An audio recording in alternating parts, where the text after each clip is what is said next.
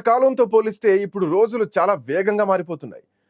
ఆ కాలంలో ఎంత ఎక్కువసేపు నడిచి, నిలుచుండి పనిచేస్తే అంత సంపాదన ఉండేది. దాంతో వచ్చిన ఏ అవకాశాన్ని వదులుకోకుండా కష్టపడి పనిచేయడానికే అంత పోటీ పడేవారు. కానీ కరోనా రాకతో ఆ పరిస్థితులు పూర్తిగా మారిపోయాయి.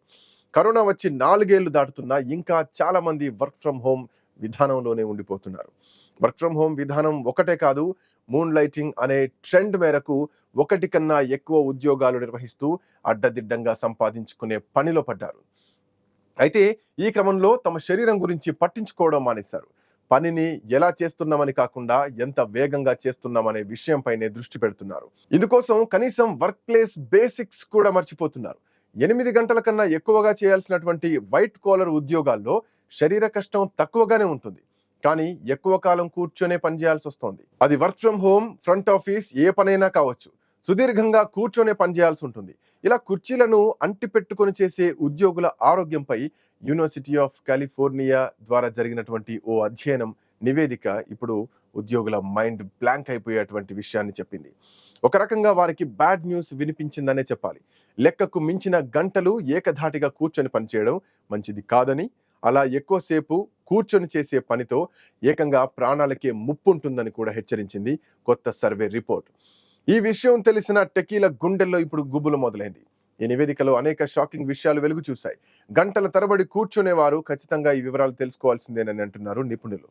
ఈ అలవాటు వల్ల ఆరోగ్య సమస్యలు కలగడంతో పాటు ప్రాణాలు కూడా గాల్లో కలిసేటువంటి ప్రమాదం ఉందని అమెరికాలోని యూనివర్సిటీ ఆఫ్ కాలిఫోర్నియా తమ అధ్యయనం ద్వారా వెల్లడించింది. ఈ నివేదిక మేరకు 9.5 గంటల పాటు కూర్చునే వారితో పోల్చితే రోజుకు 11 గంటల పాటు కూర్చొని పనిచేసే వారి మరణించే రిస్క్ 57% అధికంగా ఉంటోందని తేలింది. అయితే ఇలా ఎక్కువ సమయం కూర్చొని పనిచేసే వాళ్ళు తగిన వ్యాయామాలు చేస్తే ప్రాణాపాయం నుంచి తప్పించుకోవచ్చని ఈ అధ్యయనం వెల్లడించింది. అయితే ఇదే విషయంపై ఆస్ట్రేలియా కూడా అధ్యయనం నిర్వహించింది. ఆస్ట్రేలియాలో జరిగినటువంటి అధ్యయనం అమెరికా కాలిఫోర్నియా యూనివర్సిటీ వాళ్ళ జాబితా స్టడీకి పూర్తి వ్యతిరేకంగా ఉంది. ఎక్కువసేపు కూర్చున్నా రోజుకు 9 నుంచి 10,000 అడుగులు వాకింగ్ చేస్తే ప్రీమెచ్యూర్ డెత్ ప్రమాదం తగ్గుతుందని చెప్పింది. ఈ 2 సర్వేలు ఇంట్లో కూర్చొని వర్క్ ఫ్రమ్ హోమ్ చేసే వాళ్లకు ఆఫీస్ గోయర్ ఉద్యోగుల గుండెల్లో గుబులు రేపుతోంది. ఆస్ట్రేలియాలో నిర్వహించినటువంటి అధ్యయనంలో కేవలం ఉద్యోగుల పనితీరు విషయంలోనే మానిటర్స్ పెట్టారు.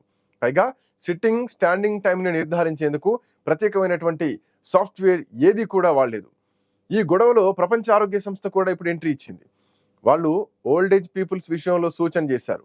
పెద్దవారు కూర్చునే సమయాన్ని తగ్గించాలని తమ అధ్యయనాల్లో తేలినట్టు తెలిపింది. అవసరమైతే మధ్య మధ్యలో అటు ఇటు నడవడం లాంటి బ్రేక్ కూడా తీసుకోవాలని చెబుతోంది.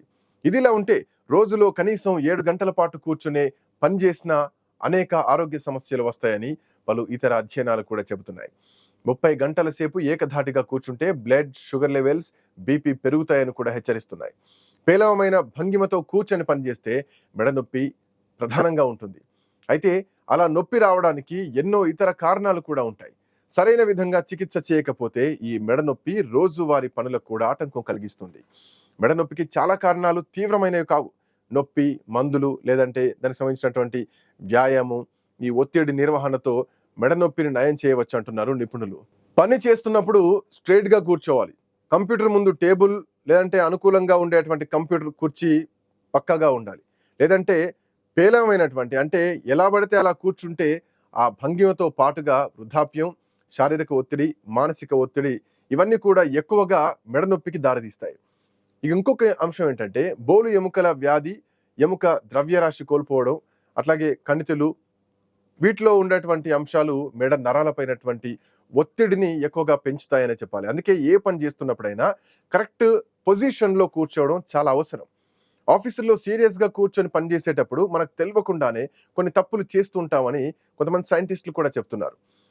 పని సమయాల్లో కంప్యూటర్స్ లేదంటే స్మార్ట్ ఫోన్స్ కానీ ఇంకేమైనా ఎలక్ట్రానిక్ వస్తువులు కానీ మన శరీరానికి తగ్గట్టుగా సరైనటువంటి పొజిషన్లో ఉంచడం చాలా జాగ్రత్తగా పెట్టుకోవాలి. ఈ విషయాల్ని ఫాలో అవ్వాలి. వీటిని యూజ్ చేస్తున్నప్పుడు మెడను మనకు తెలియకుండానే ఇష్టం వచ్చినట్టు వంచేస్తూ ఉంటాం. అంటే మనకు సరిగా కనిపించేందుకు ఇష్టం వచ్చినట్టు మెడలు మనం తిప్పేస్తూ ఉంటాం. అది మనకు తెలియకుండానే ఆటోమేటిక్గా జరిగిపోతూ ఉంటుంది. ఇక్కడే అసలు సమస్యలు స్టార్ట్ అవుతున్నాయి. నిజానికి మనం కూర్చున్నప్పుడు భుజాలను స్ట్రైట్గా, వీపును స్ట్రైట్గా కూడా ఉంచాలి. దీంతో మెడపై ఒత్తిడి పడదని చెప్పాలి. ప్రయాణాలు చేసేటప్పుడు కూడా కూర్చునేటువంటి పద్ధతి చాలా సిస్టమేటిక్‌గా ఉండాలి, స్ట్రెయిట్‌గా ఉండాలి. అంతేకాదు నిద్రపోతున్నప్పుడు కూడా మన శరీరం కరెక్ట్ పొజిషన్‌లో ఉండాలని డాక్టర్స్ చెప్తున్నారు. పక్కకు తిరిగి నిద్రపోతున్నప్పుడు తలకు కొంచెం అంటే సపోర్ట్ ఇవ్వడానికి పిల్లోను కూడా ఉపయోగించాల్సొస్తుంది. దీంతో హెడ్, మెడ, ఈ శరీరంలోని మిగతా భాగాలు ఏవైతే ఉంటాయో ఇవన్నీ కూడా ఒక సరళమైనటువంటి పద్ధతిలో ఉంటాయి. వీపుపై పడుకుంటే వీపు కింది నుంచి ఎక్కువగా ఒత్తిడిని తీసేయడానికి మోకాళ్ళ కింద ఒక దిండును పెట్టుకోవాలి. ఎక్కువసేపు కూర్చోవాల్సి వస్తే గనక మధ్య మధ్యలో కాసేపు నడవాలి, అటు ఇటు తిరగాలి. ఇంకా మెడ, నరాలు అంటే ఆ కండరాలతో సహా మొత్తం శరీరాన్ని కూడా అప్పుడప్పుడు కదిలిస్తూ ఉండాలి. స్ట్రెయిట్‌గా అట్లా స్ట్రిక్ట్‌గా కూర్చోకూడదు. భుజాలపై బరువులు కూడా ఎక్కువగా ఎత్తుకోకూడదు. భుజంపై బుక్ బ్యాగులు గాని, లేదంటే సూట్ కేసులు గాని లాంటి భారీ వస్తువుల్ని తీసుకుపోవడం కూడా చేయకూడదు. ఏజ్ పెరిగే కొద్దీ ఎక్కువ వీపుకు సంబంధించినటువంటి బలం తగ్గుతూ ఉంటుంది. అంటే ఆ స్ట్రెయిన్ ఎక్కువైతా ఉంటుంది. ఇది ఆఫ్‌కోర్స్ సర్వసాధారణం అనే చెప్పాలి. అయితే దీని ఫలితంగా భుజాలు ముందుకు వంగుతాయి.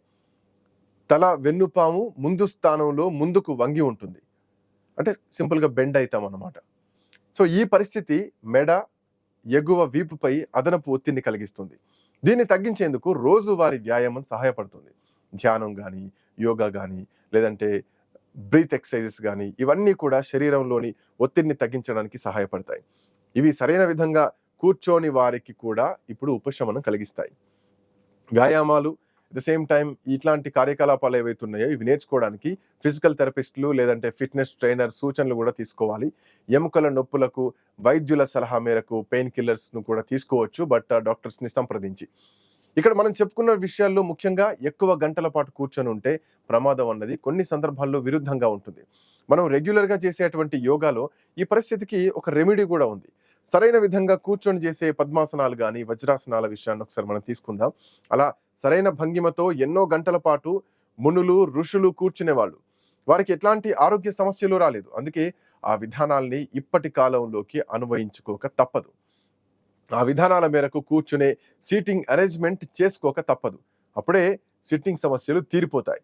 ఈసారి కూర్చొని పనిచేసేటప్పుడు మనం ఎలా కూర్చుంటున్నాం అనే విషయం పైన దృష్టి పెట్టడం అవసరం. వాళ్ళు చెప్పిన విధానాల్ని, సూచనల్ని పరిగణలోకి తీసుకోక తప్పదు. ఎందుకంటే పని చేయడం ఒకటే పరమార్థం కాదు. పనితో సంపాదన పెంచుకోవడం ఒకటే లక్ష్యంగా ఉండకూడదు. పనితో పాటు మన ఆరోగ్యం గురించి మనపై ఆధారపడ్డ వాళ్ళను కూడా దృష్టిలో ఉంచుకోవాలి. అందుకే కూర్చున్న ప్రతిసారి ఇలా మధ్య మధ్యలో బ్రేక్ తీసుకోవడం ఉత్తమం అంటున్నారు నిపుణులు.